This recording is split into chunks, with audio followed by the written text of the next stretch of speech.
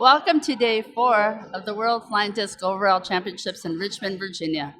This is Tita Ugalde. I'm here with Dan Roddick, and we'd like to tell you about today's highlights. I'd like to say that we started out with Discathon, one of the most grueling events in disc sports, and we had a wonderful park in which to do it. And in general, they have had tremendous venues. It's one of the things that really goes to the credit to the club and Jack Cooksey, the work that they put in to get these venues, because day after day, people have been saying, wow, this is the best possible site for this event. And it's one of the big challenges of overall to find a place that can put together all of those different settings. And this one was perfect. And by perfect, I mean park-like setting, beautiful running surface, topographical change, uphill and downhill, widely spaced trees, tall ones that you could throw around, because the nature of the race is that you have to move through a course and you have to move the disc through that course.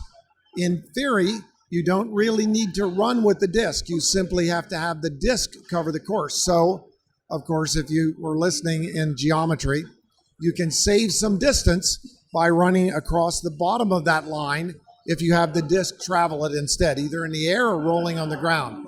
But the bottom line is it's a 1 kilometer race between typically 5 people, 5 players simultaneously. But if you think of it, well, it's a 1 kilometer run. No, it's not. It's a series of probably about 40 sprints.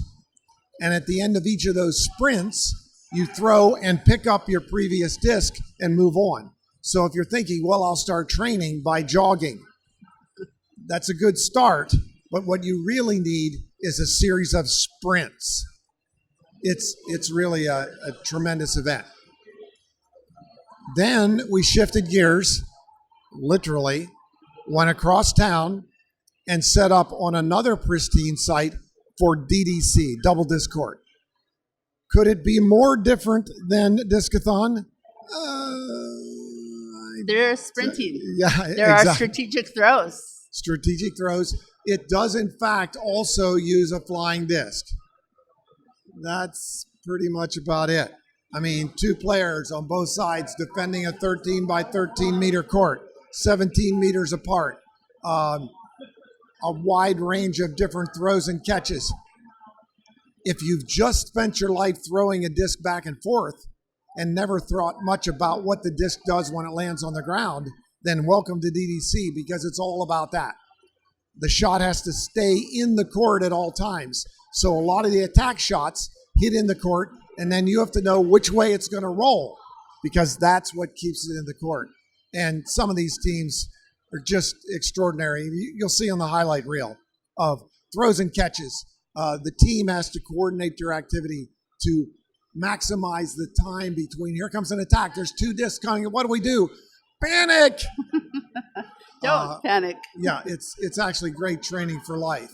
Of where you're the person who says, let's just be calm. You throw yours, and I'll milk. Sounds easy. Who won these things? Okay, so let's start with Discathon. Discathon, think about it. By the way, the weather here today has been brutal, and a public service announcement is stay hydrated. We had one of our juniors needing to have medical services today, just didn't get enough liquids into his body, especially on a day like today. And so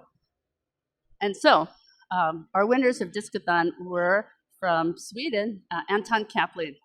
He ran a really fast race. And the women's division, it was Frida Hope, who will be here soon for an interview. And I'll be interviewing Frida in a moment. The transition to Discathon, that other nice park. Think about it. Here you're running Discathon, and then you go play DDC. DDC double disc court doesn't have any winners as of today because it was the preliminary round. Tomorrow we start the day with double disc court. You may be wondering, where are they? Yeah. It's at the end of the day, and we're in a tavern that is hosting the Save the Children disc auction, which we have every year. So this is the place to be if you're interested in disc paraphernalia. We auction off the items, we bring them, and use them for an ongoing program that we have with Save the Children to fund. I believe we're 20 or 30 years into it, so it's a fun part of the event. So hi, welcome back. So I'm here with Frida. Frida, I butchered your name last time. Can you say your name the way it's supposed to be? The way it's supposed to be is Frida Högberg. It's the Swedish way. Thank you, Frida.